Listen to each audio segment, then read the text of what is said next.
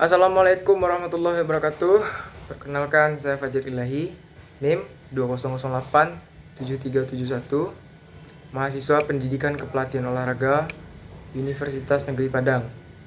Di video kali ini saya akan membahas tentang etika berwirausaha. Etika wirausaha ini sebenarnya adalah kegiatan usaha yang didasarkan peraturan-peraturan atau norma-norma yang berlaku di suatu masyarakat. Jadi, dimanapun kita ini berbisnis, kita harus berpedoman pada norma-norma di wilayah tersebut. Etika-etika ini digunakan dan diterapkan agar para wirausaha tidak melanggar aturan-aturan yang telah ditetapkan dan usahanya dijalankan dengan memperoleh simpatik dari berbagai pihak. Agar apa? Agar terciptanya keamanan, kenyamanan, ketentraman baik pada pelanggan, masyarakat maupun pengusaha-pengusaha lain. Kalau kita pandang, kita analisis dari jauh, apa itu etika? Seperti bisa kita lihat dari internet, etika itu berasal dari bahasa Prancis pada masa perkembangan Prancis, yaitu kata etiquette yang artinya kartu undangan. Kira-kira apa kaitan etika dengan kartu undangan? Yaitu saat raja-raja Prancis sering mengundang tamu-tamu kenegaraan, di mana pada kartu undangan tersebut tertulis dengan aturan-aturan, ketentuan-ketentuan maupun dress code untuk menghadiri undangan tersebut.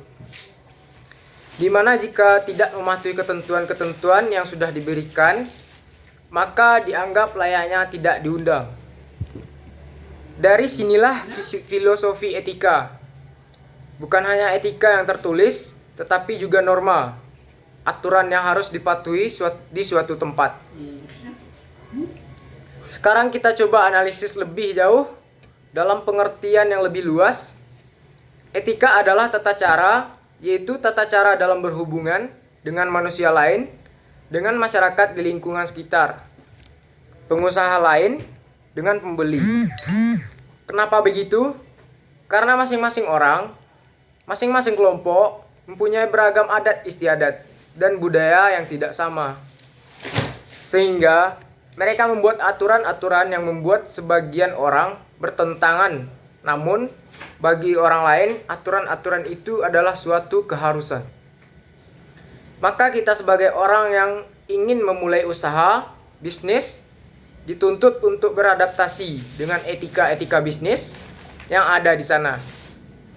Seperti bertanya, berdiskusi, menganalisis, memahami lebih jauh kepada orang-orang yang lebih berpengalaman pada hal tersebut. Etika sering disebut sebagai tindakan dalam mengatur perilaku, tingkah laku seseorang dalam berbisnis, suatu kelompok tertentu atau masyarakat. Tingkah laku itu perlu diatur, perlu memiliki aturan. Karena jika tidak ada aturan, seseorang akan kacau, tidak terarah, dan sering salah dalam melakukan sesuatu. Sikap atau perilaku seseorang pengusaha harus mengikuti norma yang ada dalam suatu negara dan masyarakat. Seperti bagaimana berbicara kepada orang tua, menghadiri acara tertentu. Selanjutnya kita lihat bagaimana etika-etika dan norma yang berlaku pada setiap pengusaha dalam sebuah bisnis. Yang pertama yaitu dalam berbisnis dan berwirausaha harus jujur. Yang kedua yaitu dalam berwirausaha kita harus bertanggung jawab. Jika konsumen mengalami kerugian sehingga mengeluarkan suatu argumen, kita harus menangani seperti menjawab dan bila perlu mengganti. Jika memang ada peraturan barang tidak bisa diganti, kapan barang akan diganti 100%, kita harus menyertakan saat proses berbisnis berlangsung. Jangan ketika ada orang yang berargumen tentang kerugiannya, kita mencari alasan lain yang mana tidak tertera pada proses berbisnis sebelumnya. Yang ketiga yaitu menepati janji, disiplin, taat dengan aturan, hukum, dan aturan di tempat usaha yang dikembangkan. Yang keempat yaitu mau membantu. Yang kelima, komitmen dan menghormati orang lain. Yang keenam, prestasi dilihat dari kualitas.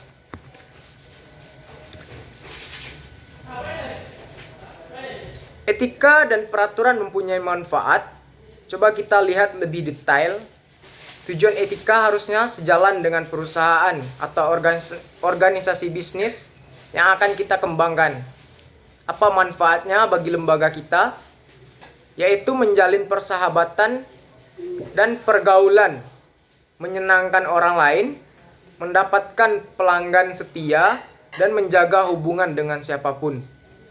Mengapa demikian? Karena melalui kode etik mereka, akhirnya menyadari bahwa kita memiliki komitmen yang baik, jujur, bertanggung jawab, komit, sesuai dengan kualitas yang dijelaskan, sehingga setiap orang senang dengan produk yang kita hasilkan. Setiap orang bisa menjadi pelanggan setia karena merasa puas dengan komitmen yang kita berikan. Dan ini jelas memberikan keuntungan. Bukan hanya pada hubungan sosial, namun juga keuntungan materi. Semakin banyak orang yang menjadi pelanggan tetap, semakin banyak pelanggan baru yang hadir. Tentu jelas, ini membuat keuntungan materi. Namun sebaiknya ketika kita tidak menomorsatukan etika dan kode etik dalam berbisnis, tidak komit dengan ketentuan seperti kualitas nomor 1, ketika itu terbukti salah, maka akan sulit bagi kita mendapatkan pelanggan tetap. Kemungkinan lebih parahnya lagi, pelanggan yang merasa kecewa akan menaruh penilaian buruk dan menyebarkan ketidakkomitnya kita kepada orang lain. Bicara tentang etika, khususnya etika dalam berbisnis dan berwirausaha itu akan sangat terkait dengan sikap dan perilaku wirausahawan. Sikap wirausahawan, karyawan itu merupakan baikan penting dalam etika yang diberikan pada pelanggan. Sikap yang dimaksud di sini adalah sikap jujur dalam bertindak, ramah, bertanggung jawab atas kesalahan dan ketidaknyamanan, dengan tetap memberikan senyuman dan tidak memberikan pelayanan terbaik.